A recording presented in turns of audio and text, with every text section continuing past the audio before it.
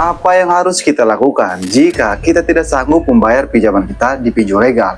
Entah itu di pinjol Aku-Laku, Kredipo, Kredit Pintar, dan pinjol lainnya.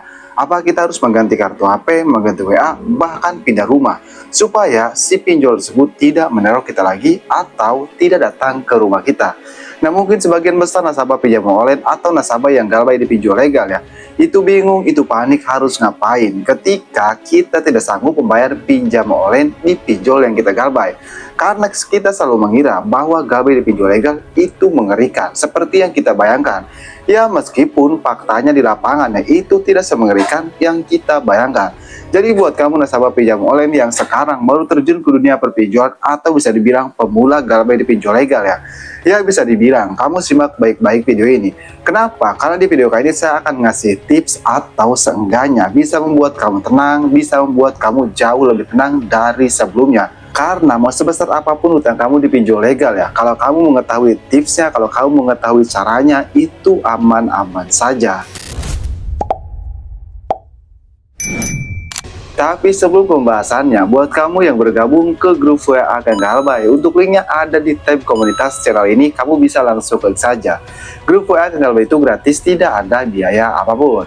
Nah, kita kembali lagi ke topik pembahasan. Apa sih yang harus kita lakukan jika kita pertama kali nih galbay di pinjol legal? Sebenarnya yang harus kamu lakukan yang paling utama itu tenang. Kenapa? Karena kebanyakan nasabah ketika mereka tidak sanggup bayar pinjaman mereka di pinjol legal ya, itu tenang, itu tidak tenang, itu panik, sehingga hampir semua nasabah itu selalu ketakutan, selalu kena mental saat gagal bayar di pinjol legal. Padahal kalau kita tenang-tenang saja dan mengetahui apa yang harus kita lakukannya, ya saya berjamin mau hutang kamu belasan juta, puluhan juta, kamu tidak akan panik, kamu tidak akan takut. Tapi sebelumnya saya disclaimer dulu, di sini saya tidak mengajarkan yang tidak-tidak atau yang tidak benar. Tapi di sini saya hanya membantu saja buat kamu yang baru galbay di pinjol legal. Karena yang namanya utang piutang itu wajib dibayar. Nah, untuk langkah yang pertama yaitu kamu harus tenang dulu. Dan untuk langkah yang kedua yang harus kamu hindari ya ketika kamu galbay di pinjol legal ya, ini wajib kamu hindari, yaitu menghindari membaca pesan dari DC pinjol legal. Karena perlu kamu ketahui ya, hampir semua nasabah yang galbay di pinjol legal ya, bisa dibilang ratusan bahkan ribuan nasabah di luar sana itu ketakutan, itu kena mental karena mereka membaca pesan dari DC pinjol tersebut. Emang sih kalau awal-awal membaca itu biasa-biasa saja. Tapi kalau kamu keseringan membaca ya, tiap hari membaca pesan dari DC pinjol legal, saya berjamin pasti kamu kena mental, pasti kamu ketakutan. Bisa dibilang 80% nasabah yang galbay di pinjol legal itu kena mental karena baca pesan dari DC pinjol legal. Jadi buat kamu yang baru galbay atau pemula galbay di pinjol legal ya, hindari untuk langkah yang kedua yaitu membaca pesan dari DC pinjol legal. Dan untuk langkah yang selanjutnya yaitu ketika kamu sudah bosan yang diteror oleh DC pinjol legal ya, misalnya mau tidur diteror, bangun tidur diteror, setiap hari diteror oleh DC pinjol legal, entah itu lewat WA, lewat telepon ataupun lewat SMS, kamu jangan enggan-enggan, ganti kartu HP, ganti WA, ganti email. Tapi bang, kalau kita mengganti kartu HP, mengganti WA, mengganti email, bukannya kita bisa dibawa ke juru hukum dengan alasan membawa kabur uang perusahaan? Stop berpikir seperti itu ya. Kenapa? Karena itu hanya ancaman saja, supaya kamu tidak mengganti kartu HP, supaya kamu tidak mengganti WA, supaya kamu tidak mengganti email.